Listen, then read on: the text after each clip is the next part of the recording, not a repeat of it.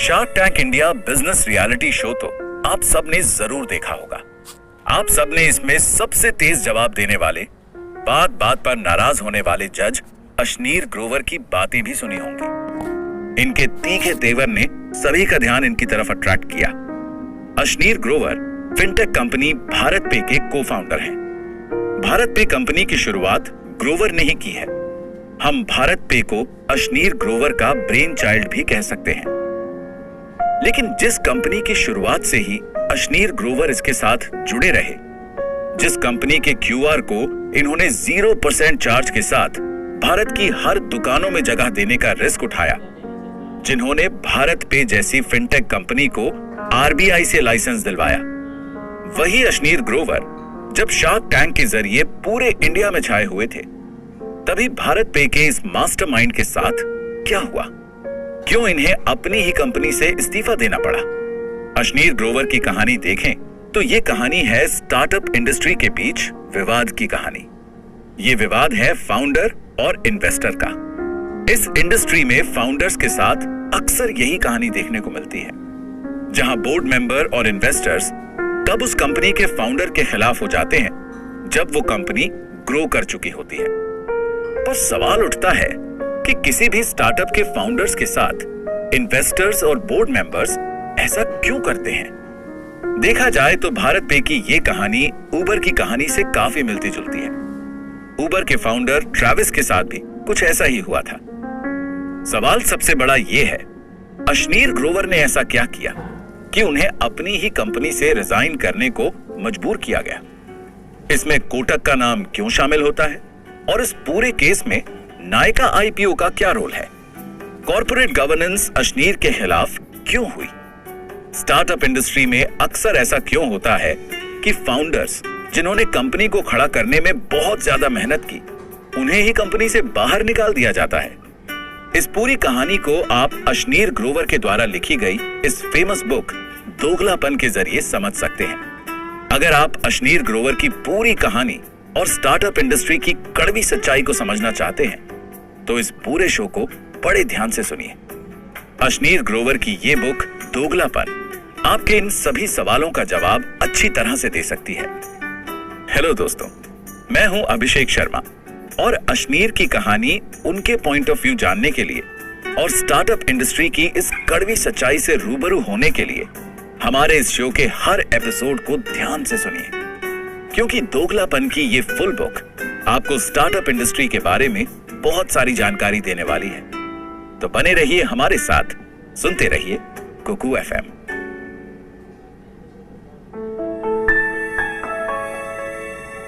25 जनवरी 2022 शाम 4 बजे 1 फरवरी को ज्वाइनिंग। उस ईमेल की सब्जेक्ट लाइन थी जिसे मैंने जनवरी की ठंडी शाम को बोर्ड ऑफ डायरेक्टर्स को भेजा था।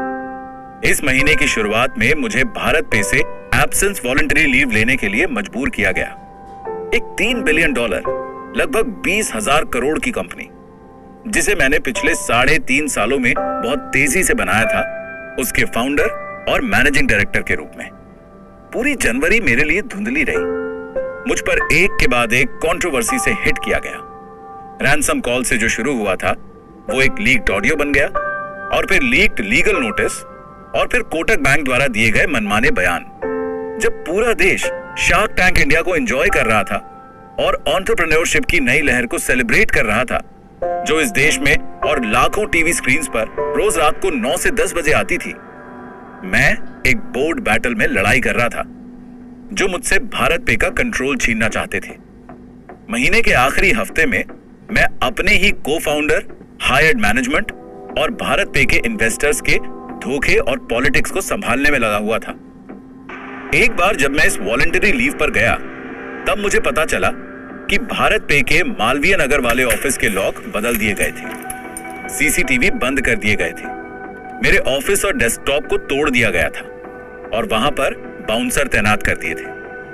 न केवल ये चीजें अजीब थी, बल्कि गलत भी थी। और जब मैंने इस हरकत का एक्सप्लेनेशन मांगा, तब बोर्ड ने मुझे कोई जवाब नहीं दिया। ये साफ था कि मुझे बहुत सारी चीजों से डील करना था, लेकिन उस समय मुझे एक चीज की शांति जरूर मिली थी। कोटक बैंक वाला मुद्दा आगे नहीं बढ़ा और प्रेस का उसमें से इंटरेस्ट खत्म हो गया।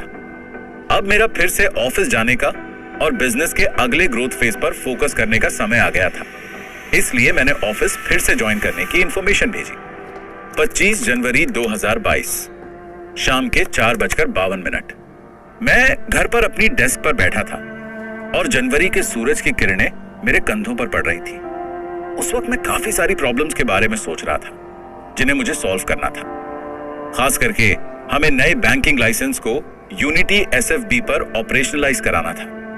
यह पहला लाइसेंस था जो रिजर्व बैंक ऑफ इंडिया ने किसी इंडियन फिनटेक कंपनी को दिया था और हमें परेशान पंजाब और महाराष्ट्र कोऑपरेटिव बैंक यानी पीएमसी का टेक ओवर भी कंप्लीट करना था।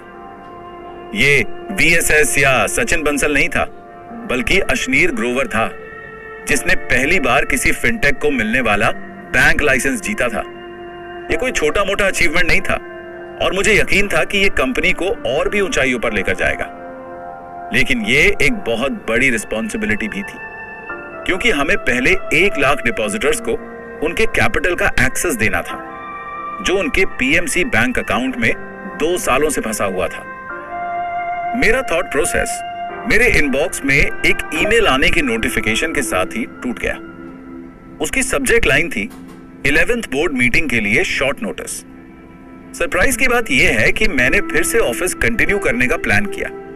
यह कंपनी को इन्फॉर्म करने के 1 घंटे के अंदर ही मुझे भारत पे के कंपनी सेक्रेटरी से एक मेल आया जिसमें मुझे इन्फॉर्म किया जा रहा था कि शॉर्ट नोटिस पर एक बोर्ड मीटिंग रखी गई है जो अगले 3 घंटे में ही थी। हम रात के 8 बजे जूम पर मिलने वाले थे। मुझे एक बहुत बड़ा शॉक लगा जब मैंने एजेंडा नाम की फाइल पर क्लिक किया। उसके आइटम नंबर 5 ने मुझे हैरान कर दिया। वो ये कह रहा था कि रिव्यू कमेटी चाहती है कि वो इस बात को कंसिडर करे और एक्सेप्ट करें कि मिस्टर अशनीर ग्रोवर को मार्च 31, 2022 तक छुट्टी पर रहना चाहिए। 25 जनवरी 2022 रात 8 बजे। मेरा नाम अशनीर ग्रोवर है। मैं जूम पर न्यू दिल्ली से मीटिंग अटेंड कर रहा हूं और मेरे साथ इस रूम में कोई नहीं है। उस मीटिंग का जरूरी रोल कॉल ही एक ऐसा पार्ट था जिसे मैं प्रिडिक्ट कर सकता था। चेयरमैन रजनीश कुमार ने 10 मिनट लेट ज्वाइन किया और उन्होंने सबसे पहले शार्दुल अमरचंद मंगलदास और एल्वारेज एंड मार्शल की टीम को वर्चुअल मीटिंग लीव करने के लिए कहा। उन्हें पहले इस बोर्ड मीटिंग में बुलाया ही क्यों गया? अगर उन्हें मीटिंग छोड़कर ही जानी थी तो क्या चेयरमैन को इस मीटिंग की इनवाइट लिस्ट पहले से नहीं पता थी? मीटिंग शुरू होते ही कहा गया कि कंपनी के कॉर्पोरेट गवर्नेंस प्रैक्टिसेस के लिए 2 मेंबर्स की कमेटी बनाने के रेजोल्यूशन को पास किया गया है। इस 22 जनवरी 2022 को बनाई गई कमेटी ने Shardul Amarchand Mangaldas and company law firm की सर्विसेज 23 जनवरी को ली हैं और उन्होंने accounting firm Alvarez and Marsal की सर्विस भी ली है। और तो और एल्वारेज एंड मार्शल की सर्विसेज को पहली बार 25 जनवरी को बोर्ड के सामने लाया जा रहा था। मुझे और सदमा देने के लिए बताया गया कि एल्वारेज एंड मार्शल ने मेरे खिलाफ कुछ ढूंढ लिया है और तो और उन चीजों के बेसिस पर जो मुझे पता भी नहीं थी। बोर्ड ने मुझे कंपलसरी एब्सेंस लीव दी और मुझसे एमडी की सारी पावर्स छीन ली। कुछ दिन बाद मुझे मीडिया रिपोर्ट से पता चला कि एल्वारेज एंड मार्शल की टेम्पररी रिपोर्ट 24 जनवरी 2022 डेट की थी। इस केस में मुझे यह विश्वास करना था कि उन्होंने अपॉइंटमेंट के एक ही दिन में रिपोर्ट इशू कर दी और वो भी बोर्ड से ऑफिशियली मिलने से पहले। मेरे पूरे करियर में मैंने कभी किसी लॉयर या अपॉइंटिंग फर्म को एक ही दिन में अपॉइंट होते हुए नहीं देखा और यहां तो इन्होंने एक ही दिन में काम खत्म कर दिया। उन्होंने अपनी रिपोर्ट भी एक ही दिन में रिलीज कर दी। अचंभित हालत में मैं बहुत टूटा हुआ महसूस कर रहा था क्योंकि मेरे खिलाफ एक साजिश रची गई थी। मैंने बोर्ड द्वारा आइटम नंबर 5 को लागू करके मुझे बाहर निकालने से पहले ही मेरे व्यूज रखने की एक अपॉर्चुनिटी मांगी। मैंने रिव्यू कमेटी की जरूरत और उसके कॉम्पोजिशन को लेकर ऑब्जेक्शन उठाए और कहा कि वो शेयर होल्डर्स के एग्रीमेंट और कंपनी के आर्टिकल्स ऑफ एसोसिएशन को फॉलो नहीं करती है। और मैंने ये भी पॉइंट किया कि कॉर्पोरेट गवर्नेंस रिव्यू ने सिर्फ मुझे ही नहीं बल्कि पूरी कंपनी को कवर किया है। तो फिर इस लॉजिक के हिसाब से सब लोगों को छुट्टी पर होना चाहिए था। मुझे अकेला क्यों बाहर किया गया? क्या मेरे खिलाफ कोई कंप्लेंट थी? और किसके कहने पर लॉ फर्म को अपॉइंट किया गया? मेरे सवालों का दूसरी साइड से सन्नाटे के साथ जवाब मिला। फिर मैंने चेयरमैन रजनीश कुमार को कहते हुए सुना कि तुम अब कॉल कट कर सकते हो क्योंकि हमें अब प्रपोजल के लिए वोटिंग करनी है। यह साफ था कि मुझे बाद में पता चलेगा कि प्रपोजल को सबने साथ मिलकर पास कर दिया है। इंटरेस्टिंग बात यह है कि जब बोर्ड मुझे गलत करने के लिए अक्यूज कर रहा था तब मेरा उनके साथ कोई कम्युनिकेशन नहीं था और रिव्यू असल में कॉर्पोरेट गवर्नेंस पॉलिसीज प्रैक्टिस और कंपनी कोड का होना चाहिए था। 26 जनवरी 2022 एक और ईमेल 25 जनवरी की मीटिंग का आउटकम। इस बार मुझे 31 मार्च 2022 तक कंपलसरी लीव पर जाने के लिए कहा गया और ऑफिस ना आने के लिए कहा गया। जब तक गवर्नेंस रिपोर्ट ना आ जाए मुझे press, employ, business partner, customer, vendors और किसी भी और कंपनी से एसोसिएटेड इंसान से बात करने के लिए मना किया गया और यहां तक कि मुझे अपना लैपटॉप वापस देने के लिए भी कहा गया। और ऐसे ही एक सक्सेसफुल यूनिकॉर्न के न्यू एज फाउंडर जिसे सेलिब्रेट किया जाता था, वो जो उसके मन की बात करने में विश्वास रखता था, वो जिसने स्टार्टअप्स और एंटरप्रेन्योरशिप को शार्क टैंक इंडिया के जरिए मेन स्ट्रीम में लाया, वो जिसने अपने इन्वेस्टर्स और एम्प्लॉयज के लिए मिलियंस ऑफ डॉलर्स कमाए, और अब मुझे एक ऐसा इंसान बना दिया गया जिसे कोई एक्सेप्ट नहीं करना चाहता था। मुझे उस कंपनी को बिल्ड करने में 42 मेहनत भरे महीने लगे और उन्हें मुझे बाहर निकालने में सिर्फ कुछ घंटे लगे, और वो भी एक प्री प्लान्ड मूव के साथ। प्रेस या यूं कहें कि इंडिया में चल रहे बिजनेस न्यूज आउटलेट्स के लिए एक और बार फील्ड डे हो रहा था और वो रिवॉर्ड्स के लिए न्यूज पब्लिश कर रहे थे। भारत पे फ्रॉड के कंसर्न्स की वजह से फाउंडर अशनीर ग्रोवर को फायर कर सकती है, ये 30 जनवरी को एक बड़े बिजनेस डेली ने ये कोट करते हुए अनडिस्क्लोज्ड लोग डेवलपमेंट से फेमिलियर हैं रिपोर्ट किया। अगर ये शार्क टैंक इंडिया का कोई एपिसोड होता तो मैं जरूर कहता ये सब दोगलापन है। ये लाइन इंडिया के हर एक यंग और एम्पैथेटिक इंसान की इमेजिनेशन को कैप्चर कर चुकी थी। अब शायद मुझे कहना चाहिए पिक्चर अभी बाकी है मेरे दोस्त।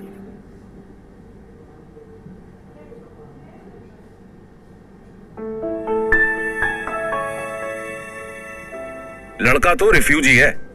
मुझे अपने कानों पर विश्वास नहीं हो रहा था। आखिरकार मैं दिल्ली में जन्मे माता पिता का दिल्ली में जन्मा लड़का था। मेरी एडल्ट लाइफ में पहली बार मुझे एक रिफ्यूजी के तौर पर रेफर किया जा रहा था, और वो भी मेरे होने वाले ससुराल वालों के द्वारा। ये 2003 की बात है। वो भी मेरे दादा दादी के पाकिस्तान के मुल्तान डिस्ट्रिक्ट से पार्टीशन के बाद दिल्ली आने के पूरे 56 साल बाद। ये कोई अनुमान लगाने के लिए स्टेटमेंट नहीं थी, बल्कि ये एक पंजाबी सर्विस क्लास के लड़के को औकात याद दिलाने के लिए कही थी, जिसने एक बनिया फैमिली की बेटी का दिल जीत लिया था जो बिजनेस परिवार से थी। ये अलग बात है कि बाद में यही रिफ्यूजी सबसे प्रीमियर एजुकेशनल इंस्टीट्यूट में गया और एक बहुत शानदार जॉब ली, फिर आखिर में उस बनिया परिवार के दिल को और उनकी बेटी के हाथ को जीत लिया। असली रिफ्यूजी जिन पर यह सवाल था, मेरे दादा दादी को मालवीय नगर में एक रिफ्यूजी कॉलोनी में 200 गज का प्लॉट अलॉट किया गया था जब वो अपने भाई बहनों और बच्चों के साथ दिल्ली आए थे। वो यही प्लॉट था जिस पर 100 गज के 6 फ्लोर बनाए गए। उनमें से हाउस नंबर 90/20, जिसे 90-20 के नाम से जाना जाता था, वो लंबे समय तक मेरा घर का एड्रेस बना रहा। एक बच्चे के रूप में मुझे अपनी दादी को मुल्तान में उनकी जिंदगी के बारे में कहानियां सुनाने के लिए परेशान करना याद है। मुझे उनकी आंखों में चमक देखना अच्छा लगता था जब वो अपने पास्ट और उनके खेत के बारे में बहुत अच्छे से बताती थी। एक कहानी जो वो मुझे हमेशा सुनाती थी कि अगर खेत को पैरों पर चल के पूरा कवर करना हो तो सुबह सुबह जल्दी निकलना होगा और उसके बाद भी वो अगले दिन ही वापस आ पाएगा। और उस वक्त मैं उन्हें छेड़ता था कि हाँ, आप तो फसल बोते हुए जाते थे और काटते हुए आते थे। बड़े होते हुए वो कहानी हमेशा मेरे साथ एक रिमाइंडर की तरह बनी रही कि 200 गज के घर ने उनके खेतों को रिप्लेस कर दिया, लेकिन फिर भी उन्हें ज्यादा फर्क नहीं पड़ा। और तो और उन्होंने कभी भी पार्टीशन के टाइम की बुरी यादों के बारे में कुछ नहीं कहा। बस वो अपने पास्ट को अच्छी मेमोरीज की तरह याद रखते थे। पांडवों की कहानी। मेरे दादा दादी की जिंदगी का कोई भी हिस्सा इस इंटरेस्टिंग कहानी के बिना पूरा नहीं होता। पीर बाबा ने मेरी दादी का चेहरा पढ़ा था और एक भविष्यवाणी की थी। उन्होंने कहा था, तुम्हारे यहाँ 5 पांडव पैदा होंगे। पहले बेटे के जन्म के साथ ही भविष्यवाणी सच होती दिखाई दे रही थी, इसलिए मेरे अंकल का नाम युधिष्ठिर रख दिया गया। और फिर जैसे ही अगला बच्चा एक लड़की पैदा हुई तो सबका पीर बाबा की भविष्यवाणी से विश्वास उठ गया। लेकिन उन सबको फिर से गलत प्रूफ कर दिया गया जब मेरे दादा दादी के 5 बेटे हुए और 2 बेटियां। लेकिन किसी और बेटे का नाम पांडवों के नाम पर नहीं रखा गया, इसलिए हमारे घर में कोई महाभारत की स्टार कास्ट नहीं है। इन 5 बेटों में मेरे पिता चौथे नंबर पर थे और मेरे दादा दादी हमारे साथ रहते थे। पिताजी के बाकी 4 भाई और उनकी फैमिली अलग अलग फ्लोर पर रहती थी। उस समय भी मैं अपने दादा दादी से बहुत प्यार करता था, लेकिन मुझे मानना पड़ेगा कि मुझे कई बार ऐसा लगता था कि मेरे कजिन्स के तो मजे हैं। आखिरकार उन्हें हर फैमिली फंक्शन उनके घर पर नहीं रखना पड़ता, क्योंकि परिवार के सबसे बड़े मेरे दादा और दादी हमारे साथ रहते थे। जहां हमारा घर एक मेले की तरह था, जहां पर बहुत सारे रिश्तेदार आते रहते थे, वहीं पर उनके घरों में थोड़ी प्राइवेसी थी। पीछे देखता हूं तो मुझे लगता है कि ये अच्छी सोच नहीं थी, क्योंकि मुझे अब एहसास होता है कि मुझे किस तरीके से उनका आशीर्वाद मिला। और तो और हमारे परिवार में मैंने सबसे ज्यादा पढ़ाई की और फिर अपने करियर में भी सबसे ज्यादा अचीव किया। फिर एक बार मेरे दादा दादी हमसे दूर दूसरे 200 गज के प्लॉट की यूनिट में गए थे। तब मैं हाई स्कूल में था और उन्हें लगता था कि मुझे और जगह की जरूरत पड़ेगी, लेकिन उनके जाने की वजह से एक परिवार होने के नाते हमें बहुत दुख हुआ और इसलिए मेरे पिता ने एक 200 स्क्वायर यार्ड का बिल्डर फ्लोर हमारे ठीक ऑपोजिट ही खरीदने का डिसाइड किया। जबकि 2002 में उस घर की कीमत 32 लाख थी। उस समय के लिए वो एक बहुत बड़ा अमाउंट था, लेकिन अपने दादा दादी के साथ एक ही घर में रहने का सुकून प्राइसलेस था। मेरे दादाजी श्री नंदलाल ग्रोवर कम्युनिटी में एक बहुत ही इज्जतदार इंसान थे, खासकर कि जब उन्होंने मालवीय नगर के आर्य समाज के साथ साथ में एक प्राइमरी स्कूल भी बनाया था। हमारा एक लिबरल परिवार था, तो बड़े होते हुए मैंने मेरे दादा दादी या माता पिता को कोई रिलीजियस रिचुअल्स या आइडल्स को वर्शिप करते हुए नहीं देखा। हम जन्माष्टमी की झांकी देखने के अलावा कभी मंदिर नहीं गए। इसके बजाय हमारे पास जो कुछ था, और ये शुरुआत के सालों की बात है, हम आर्य समाज की परंपरा के हिसाब से हवन कराते थे, जो नेचर के प्यूरिफिकेशन और नेचर को ही एक असली भगवान मानने का प्रतीक था। मैं ज्यादातर नास्तिक ही बड़ा हुआ हूं। मजे की बात यह है कि जब मैंने भारत पे को शुरू किया, तब उसके लीज पे लिए गए ऑफिस की बाउंड्री उसी सेम आर्य समाज से टच करती थी। इसे मैंने एक कोइंसिडेंस नहीं, बल्कि एक आशीर्वाद की तरह समझा। मैंने ये श्योर किया कि उस ऑफिस के और भारत पे के दूसरे सारे ऑफिसेस के इनॉग्रेशन के समय हवन कराया जाएगा। जब भारत पे एक यूनिकॉर्न बन गया और काफी लंबे समय तक दिल्ली पिन कोड का वो इकलौता यूनिकॉर्न था, तब मुझे विश्वास था कि ये मेरे दादा दादी के आशीर्वाद की वजह से हुआ है। उस चार्टर्ड अकाउंटेंसी फर्म के आगे लगे बोर्ड पर ग्रोवर, लल्ला और मेहता लिखा हुआ था, जिसे मेरे पिता चलाते थे। वो भी मेरे लिए बड़े होते वक्त एक काफी फेमिलियर साइन था। काफी सालों बाद जब मेरे पिताजी ने वो फर्म खरीद ली, तब भी वो उसके ओरिजिनल पार्टनर्स के नाम से ही चला रहे थे। मेरा भी मेरे पिताजी के फर्म से कनेक्शन था। मैं वहां पर कोई बुक कीपर नहीं था, बल्कि वहां का वाटर सोकर था। मॉनसून के सीजन में मालवीय नगर वाला बेसमेंट ऑफिस पूरा पानी से भर जाता था और फिर हम कुछ बच्चों को वहां पर वाटर पंप से पानी बाहर निकालने के लिए बुलाया जाता था। ऐसे इंपॉर्टेंट काम को हमें सौंपे जाने पर हमें इतना अच्छा महसूस होता था और उस काम को करने के प्रोसेस में इतना मजा आता था कि मैं आपको बता नहीं सकता। जब मैं 5th ग्रेड में था, तब तक मेरी माँ एक टीचर के रूप में स्कूल ज्वाइन कर चुकी थी। एक चीज जो वो अपने बच्चों को देना चाहती थी, वो थी अच्छी पढ़ाई और बहुत सारा एक्सपोजर। उनके पिता मेरे नाना जी एक बैंकर थे और अर्स्टवाइल इंपीरियल बैंक में काम करते थे, जिसका गवर्नमेंट ऑफ इंडिया और रिजर्व बैंक ऑफ इंडिया के 1955 में जॉइंट ओनरशिप एक्सेप्ट करने के बाद स्टेट बैंक ऑफ इंडिया नाम रख दिया गया। उन्हें पूरे देश में काफी जगह पोस्ट किया गया था, लेकिन वो एसबीआई के मुंबई ऑफिस के जीएम लोन डिसबर्सल्स के रूप में रिटायर हुए और उस ऑफिस में मैं हमेशा से जाना चाहता था। नरीमन पॉइंट पर उनके उस ऑफिस को देखना बहुत ही अच्छा लगता था। एसबीआई की लंबी बिल्डिंग, वहां से समुद्र का शानदार नजारा और मुंबई स्काईलाइन को देखकर तो मैं हैरान ही हो जाता था। यही वजह थी जिसने मुझे एक बैंकर की लाइफ की तरफ अट्रैक्ट किया था। अमीन चंद प्यारे लाल जलंधर वाले, ये मेरे स्कूल का ओरिजिनल नाम था। हालांकि बाद में अच्छा साउंड करने के लिए उस नाम को छोटा करके एपीजे कर दिया गया था। हालांकि अब कई इंटरनेशनल स्कूल्स आने की वजह से उसकी वैल्यू थोड़ी कम हो गई है, लेकिन उस समय वो एक बहुत अच्छा स्कूल हुआ करता था। और मेरे पास उस समय की कई सारी मेमोरीज हैं। वो स्कूल दिल्ली के शेख सराय इलाके में था। एक दिन मेरे दादाजी ने स्कूल के प्रिंसिपल मिस्टर चौधरी से जाकर बात की और मेरा स्कूल में एडमिशन कराया। रोज ये एक रिचुअल बन गया था कि दादाजी मुझे पास के खिड़की गांव से होते हुए स्कूल छोड़ने आते थे और रास्ते में आते वक्त हम खेत में से मूली लेते और स्कूल जाते वक्त उसे खाते। इंटरेस्टिंग ये है कि मेरे स्कूल में बच्चों ने अपने लेवल के हिसाब से 4 ग्रुप बना लिए थे। एक बॉन्ग ग्रुप था जिसमें ज्यादातर सीआर पार्क में रहने वाले बंगाली लोग थे। फिर एक अमीर बच्चों का ग्रुप था जो ग्रेटर कैलाश या जिसे जीके कहा जाता है वहां के रहने वाले थे। फिर शेख सराय सेल्फ फाइनेंसिंग स्कीम फ्लैट्स के कूल बच्चे और फिर थोड़े बहुत मालवीय नगर के बच्चे जैसे कि मैं। अगर कोई एक इंसान था जो इन सब ग्रुप को साथ ला रहा था तो वो सरप्राइजिंगली बॉलीवुड एक्ट्रेस टिस्का चोपड़ा थी। टिस्का चोपड़ा हमारे उस समय के प्रिंसिपल मिस्टर अरोड़ा की बेटी थी और उसकी अजय देवगन के साथ प्लेटफॉर्म मूवी जब हम स्कूल में थे तब रिलीज हो चुकी थी। कैंटीन में बैठकर सब उसी की बातें किया करते थे कि वो कितनी सुंदर है। स्कूल का हर लड़का चोरी छुपे यही इमेजिन करता था कि वो अजय देवगन की जगह हो और फिर मिस चोपड़ा के साथ सिल्वर स्क्रीन पर रोमांस करे। उसके साथ हमारा कनेक्शन चाहे कितना ही दूर का हो लेकिन फिर भी हमारी सिंपल सी जिंदगी में ग्लैमर डाल देता था। हमारे स्कूल से काफी सारे टीवी पर्सनालिटी ग्रेजुएट हुए हैं। उनमें से कुछ नाम है मनीष पॉल, रिद्धि डोगरा और निधि राजदान। काफी साल बाद अनएक्सपेक्टेडली मैं भी टीवी पर आ ही गया। मेरी जिंदगी का एक इंपॉर्टेंट पॉइंट तब था जब मैं स्कूल के दिनों में अपनी माँ, बहन और नाना जी के साथ मेरे मामा से मिलने के लिए कनाडा गया। ये उस समय से काफी पहले है जब बाहर घूमने जाना फैशनेबल बन चुका था और सब बाहर घूमकर सोशल मीडिया पर अपनी पिक्चर्स अपलोड कर रहे थे। न केवल मैंने कनाडा में वक्त बिताया बल्कि हमने घर वापस आने से पहले यूएस और यूके में भी ट्रैवल किया। उस एक ट्रिप ने मेरे लिए पॉसिबिलिटीज की एक नई दुनिया खोल दी। मुझे समझ आया कि जो जिंदगी हम जी रहे हैं और जो जिंदगी हम जी सकते हैं वो दोनों बहुत अलग हैं। मैं 5th ग्रेड तक एक एवरेज बच्चा था लेकिन 6th ग्रेड से मैंने पढ़ाई को सीरियसली लेना शुरू किया।